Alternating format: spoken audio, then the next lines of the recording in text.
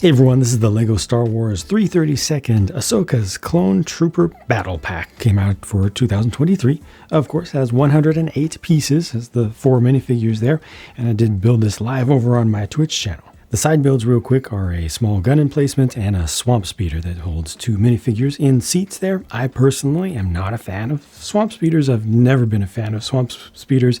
I've never found these to be interesting in any way, shape, or form.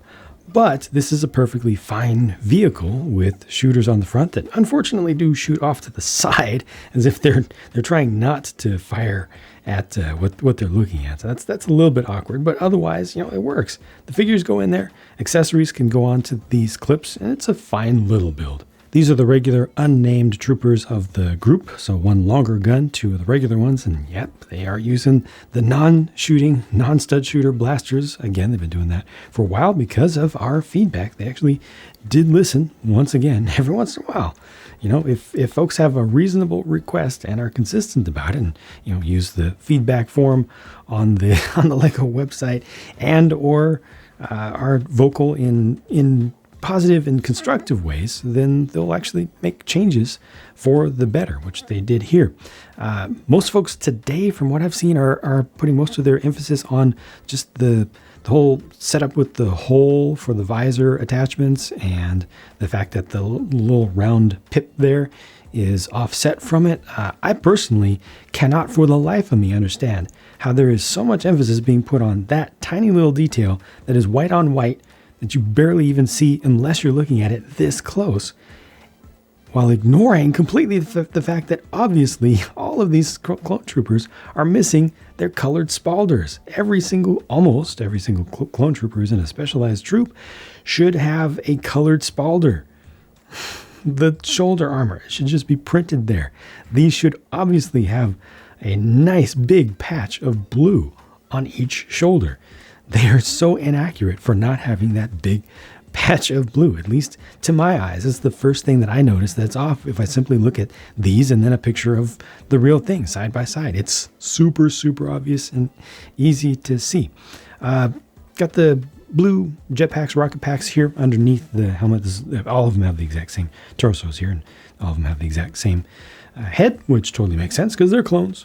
And then here's Captain Vaughn, who ideally should have a printed visor because that special 332nd Ahsoka tribute painting up there is supposed to come right down into the visor. There also should be a little bit of darkness right down the center in the middle of the chin for him. That's a less significant thing. Otherwise, they've got his insignia there, so it is a different torso than the rest, but it's just a subtle difference. So I think that if you wanted to stock up on these and you don't want to have a whole bunch of obvious just Captain Vaughn's, I think you can easily just leave the visor off here, and otherwise the figure looks the same as every other one, with the exception of just the tiny detail. I think there's value to that, being able to take somebody who's specialized and named and make them into just a regular character. I feel like this is a pretty good compromise in that sense for most folks, and keep in mind, of course, the fact that this does clearly state on the box that it is for kids 6 and up, and most of the folks getting these are indeed children, even though it is adults who buy them by the hundreds, but this is primarily put out there as a toy for kids and not as a collectible. So I think that it's important to look at it from that perspective, and I think it's important for the company to design to that perspective. But yeah, it's unfortunate that the visor here can't get any printing, and that's just because of the process. They never print those.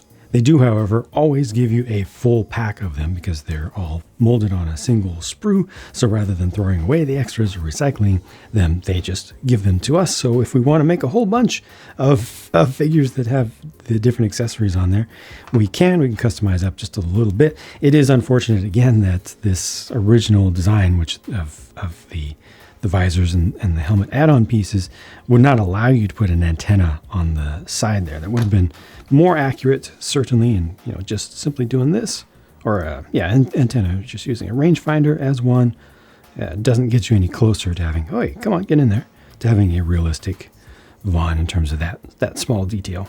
all in all, I feel like this is a fine battle pack. It is mostly massable, so if somebody wants to get 2 of them, having 2 swamp speeders isn't going to hurt anything. And I think there are good pieces here to do a rebuild into something else. If you don't like that type of vehicle, you definitely make a different type of speeder. You could definitely make a larger stationary emplacement using the guns there as well. But the price is $20 US. Strangely, it's 21 euros, which does not make sense. It's 19 pounds UK or 25 Canadian dollars, which translates to about $19 US. And yeah, we're now living in the era of $20 4-figure battle packs from Lego. Remember when they were $10? Yeah, a lot of people remember when they were $10, or a lot of people think they remember when they were $10. That was a long time ago. In 2007, the first battle pack came out for $10 with 4 clones in it. And if you just run the numbers through a regular inflation calculator, compound inflation calculator, it comes to 15. So I don't know if the licensing terms have changed, or how much of the extra $5 that we're paying there is pure profit to Lego and how much is pure profit to Disney, but that's basically what we're looking at. Keeping this the same price that it was back in the good old days when everything was perfect, when life was wonderful and everything was cheap and the company actually cared about its fans. This would be $15 today. So yeah, it's $5 overpriced by that simple metric alone. It does have a lot more pieces than they did back in the day. There is significantly more detail, and there are some additional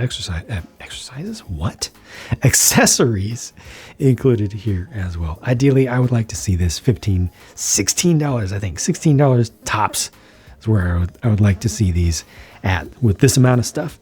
And if they increase it to 25 in the next couple of years, I'm not going to be as kind. I'm not going to be as willing to accept the gap there. Anyway, those are my thoughts for now, though. Thank you for watching. I'll talk to you again soon.